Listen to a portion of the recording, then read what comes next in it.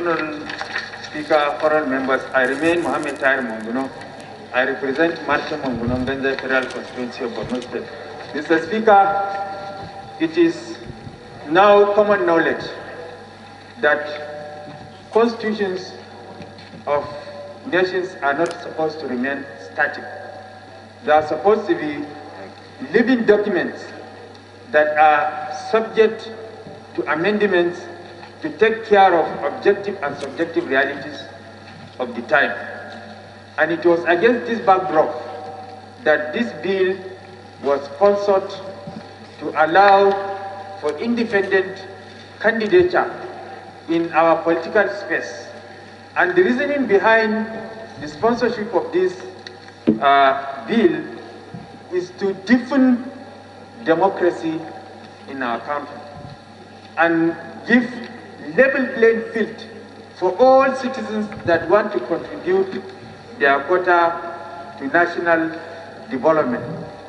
As it is now, there is the general perception that political parties are hijacked by few group of people that dictate who becomes a candidate in the various political parties. That is the general perception. And as such, a lot of people that ordinarily are desirous of contesting on such platforms were excluded from contesting on such platforms, as evidenced by the avalanche of cases that we have in our courts of exclusion of people that are desirous of contesting on political party platforms. And Mr. Speaker, again, the other reason behind the sponsorship of this motion is that ordinarily, political parties are supposed to have distinct manifestos, programs, aims and objectives that are supposed that they want to render to the people. But as it is now, our political parties have the same manifesto, the same aims and objectives. And as such, there is need for people that have contrary opinion or contrary views and are desirous to sell these contrary views and opinions to the public for the purpose of being elected, to have an alternative platform where they are going to sell their manifestos and programs for Nigerians for possible election to elective office. As rightly said by the late Bola Ige, that our political parties are sesame trees with leprous hands and what have you. So it was against this background, Mr. Speaker, honorable members, there is a need to have independent candidature to deepen the political space for popular participation, and then against the backdrop of the fact that our political parties, as it is constituted now, have similar programs, the same objectives and manifesto, and therefore there is need for an alternative view for people to canvass for the purpose of being elected to public office. That is the reasoning behind the sponsorship of this bill, and I urge my colleagues to support the second reading of the bill. Thank you. Comrade Aminu Suleiman. I represent Peggy Federal Constituency. Mr. Speaker, sir, going through the paper order this morning, I said to myself that the House under Femi Gbajabiamila will further make history today. I said this because in all our attempts to strengthen and deepen democracy, as far as I'm concerned, this is about the first approach that this House is going to take, and that will liberate Nigerians and those who are interested in party politics and electioneering to use the opportunity of their right as given by the Constitution of the Federal Republic of Nigeria. As it is today, in most cases, I did not say in all, in most cases, aspirants are subjected to the caprices of godfathers. And because political parties in Nigeria are mostly not ideologically based, people are forced to align themselves with a party and political party officials whose ideology is alien to some Nigerians. And no matter how popular you may be with your people, it will only take the pleasure of some powerful individuals, very few in most cases, within the party, for you to get approval of the party to be fielded.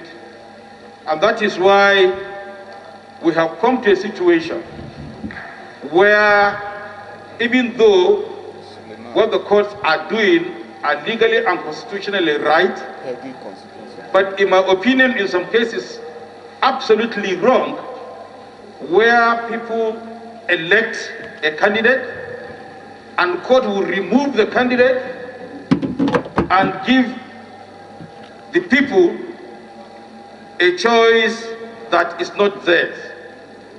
This, I mean, is usually caused by party officials who refuse to conduct primaries and anoint candidates, in the process giving courts the powers to now appoint a leader that was not ab initio elected by the people.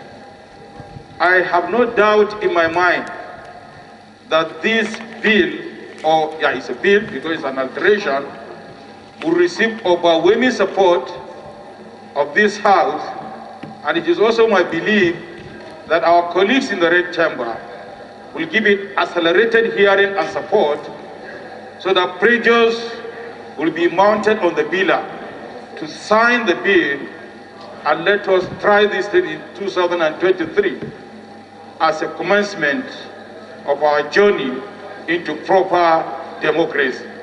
I dug my heart for Honorable Mungunu, and I join him in this struggle, and I want to be part of this history.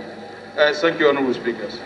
This presidential system of government like they do in the US, and over there you have independent candidates, and we can see the way they have.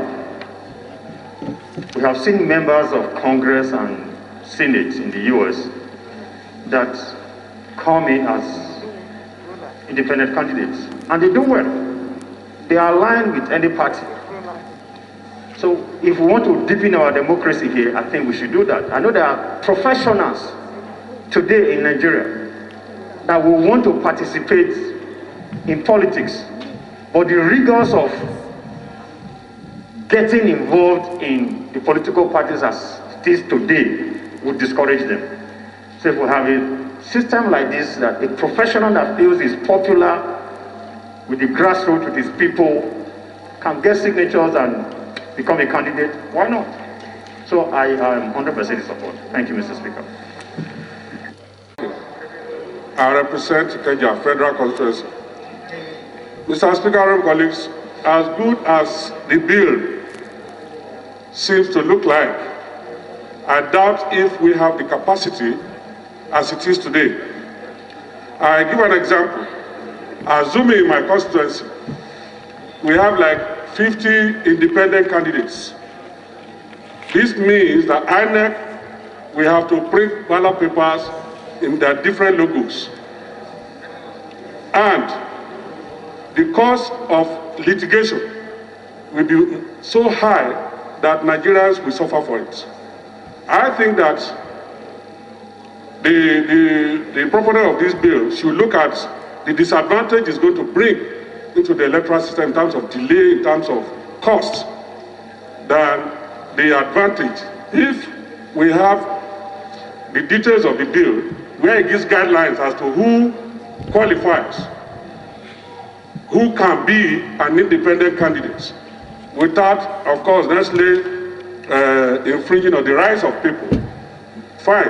But for us to allow independent candidacy now, I don't know if INEC has this capacity and the Nigerian system can cope with it. That's just my own observation.